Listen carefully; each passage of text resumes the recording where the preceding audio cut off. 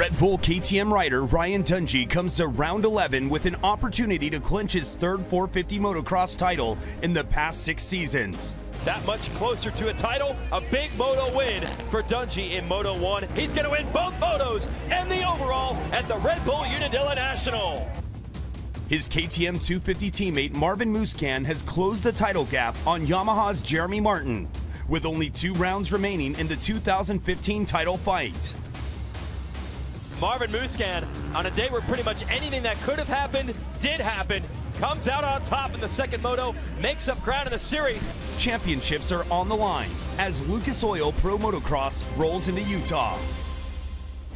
Not far from the Great Salt Lake and the Bonneville Salt Flats. Speed of a different kind today. It's the next to last round of the Lucas Oil Pro Motocross Championship, sanctioned by AMA Pro Racing and the Zions Bank Utah National. Jeremy Martin gets caught up. You'll see him on the left side of your screen. Your championship leader on the number 1. Joey Savatgy goes down. That ignites a pile up.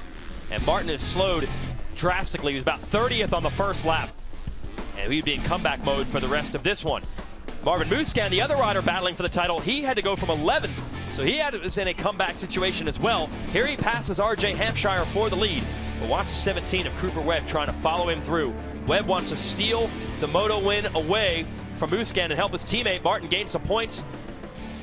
But Webb makes one mistake here, and it was costly. Got the bike buried in this soft dirt in the inside, and that would allow Musquin to get away and go on, take the moto win.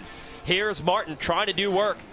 He got him in the top 10, then he's moving up into the top 5. Big crash for Jesse Nelson, who luckily got up okay to finish 11th. That would put Martin into 4th.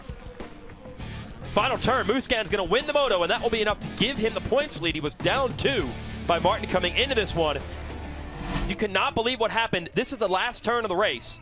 That's Martin, who's running 4th, and then watch the right side of the screen. 3rd place, RJ Hampshire crashes about, what, 30 feet from the finish line? Maybe 50 feet, and there goes Martin by to inherit 3rd and gain 2 points. An absolute gift for the champion. And heartbreak for Hampshire. Man, that's a tough one. But had his first podium finish in a moto. It was crazy. We had a start, and Jeremy Martin led, and there was a crash, so they red flag restarted it. Marvin Musquin took the lead second time around, and Cooper Webb leaped by him to take the lead in 17. Yeah, Webb was on fire at the beginning of the race, and then it was Jeremy Martin's turn. This is huge for the points battle. You see Musquin makes a little mistake, does not get all the way over that jump, and Jeremy Martin goes the long way around, takes that position. So this makes things interesting because now the points are basically tied, but Jeremy Martin is not done there. Cooper Webb knows it's his teammate, has a look over, makes it very easy on him, but more importantly, stays between him and Musquin. But Martin takes the win and the overall. The points coming in, Musquin 2 down, they lead. He's 2 down. See that right there? Martin says, hey Webb, thanks man for making my life easy. There it is. Martin and Musquin tied for the points today, but the tiebreaker is the second moto. Look at that, the way we came in, 2 points. And by the way, Savatgy and Osborne, look at that little battle for 3rd. There's probably some bonus money for the teams on the line for them, so they'll slug it out at our next race.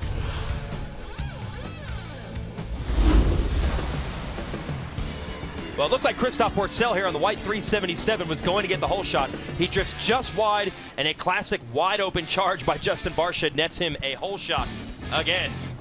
But he had Ken Roczen right behind him. Roczen and Dungey battling for 2nd and 3rd, and then Roczen would go after Barcia for the number 1 spot.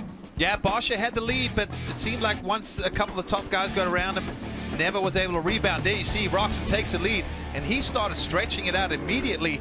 Dungey has to get around Roczen here for the lead, which he does late in the moto, and after that, Dungey would then start easing out the gap. Yep, he didn't need to win the moto to win the title, but every time he lines up, he wants to win. Good effort by Roczen, but he'd end up finishing 2nd, and that moto victory clinches the championship for Dungey.